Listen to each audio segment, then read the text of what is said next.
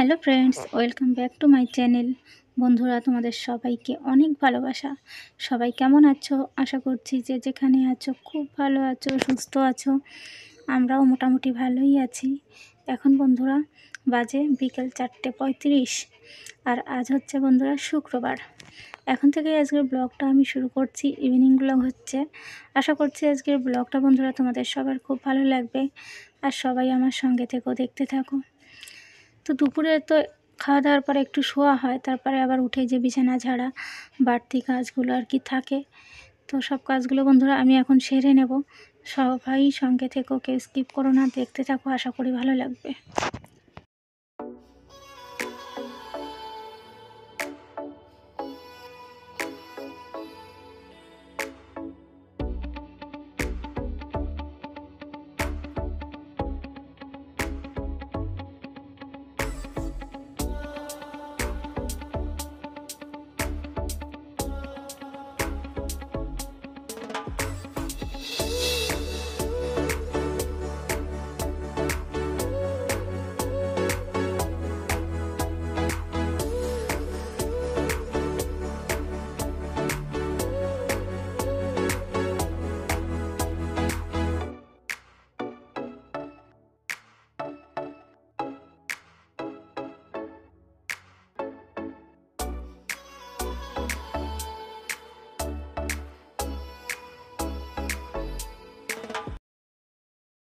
বেডরুমের কাজগুলো সেরে যাচ্ছি রান্নাঘরের দিকে। এ হচ্ছে আমাদের লাইটের সুইচ, বাথরুম বলো, দোরগোড়া বলো, পাতকাতলা বলো, সব জায়গার আর কি।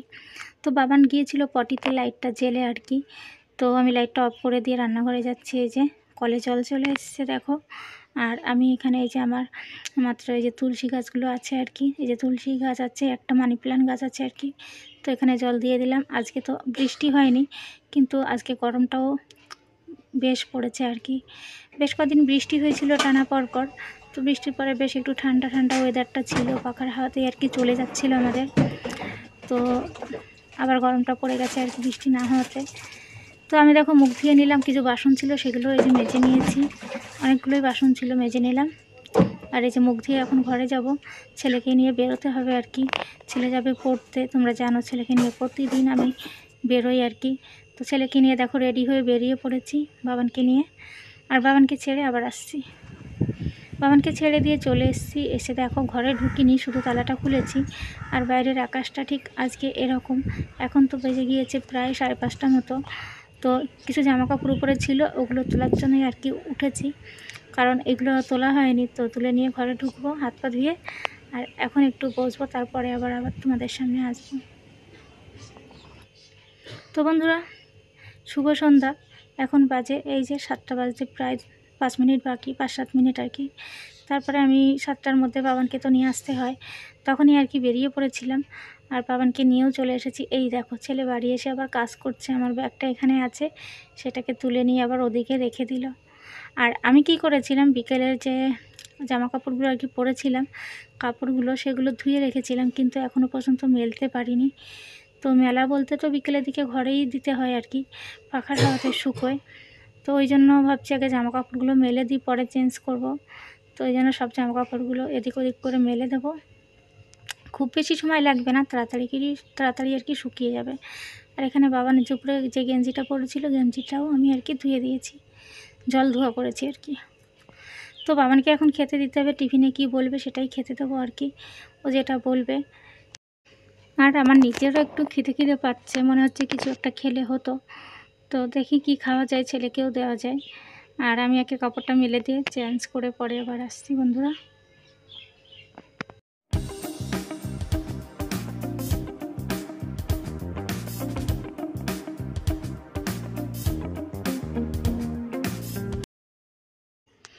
তো দেখো আম ছিল ঘরে, দিদি সেই আম নিয়ে এসেছিলো। আমগুলো না খুব মিষ্টি আর খুব ভালো খেতে আর কি। তো ছোটোবেলায় যেভাবে আম খেতাম সেইভাবে খাওয়ার চেষ্টা করলাম আর কি। আমের পেছনটাকে একটুখানি মানে ফুটো করে ফেলে দিয়ে খোসাটাকে, তারপরে টিপে টিপে চুষে চুষে এইভাবে ছোটোবেলায় আম খেতাম, দারুণ লাগে এইভাবে আম খেতে।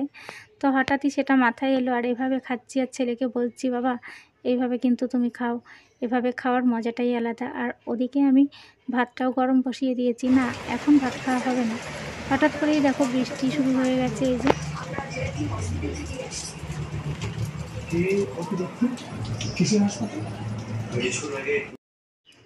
তো বন্ধুরা বাজে এখন 8:30 মতো।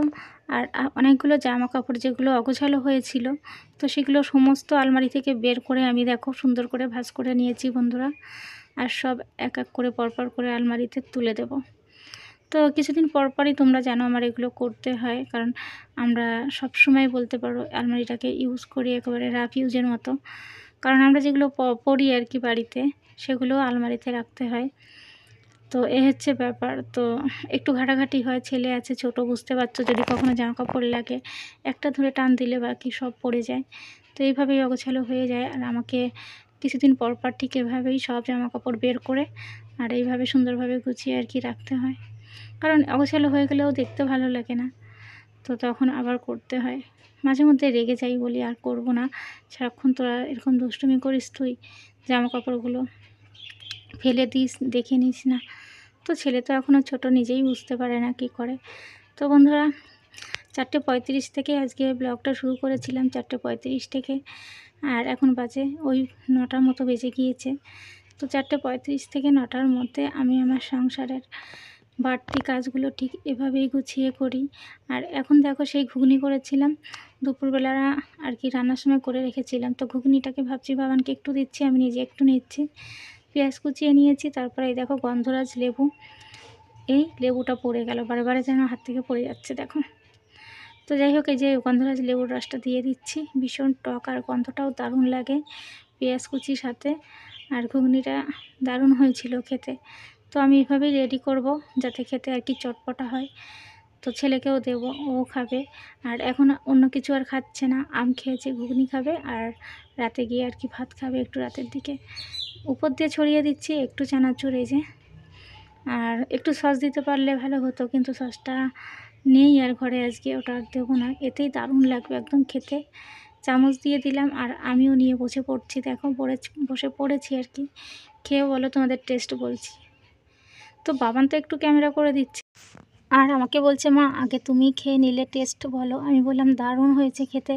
তো বন্ধুরা আজকের ব্লগটা এই পর্যন্ত রাখছি। সবাই অনেক ভালো থেকো, সুস্থ থেকো, সাবধানে থেকো। আজকের মতো গুড নাইট, টাটা, আসছি আগামীকাল আবারও।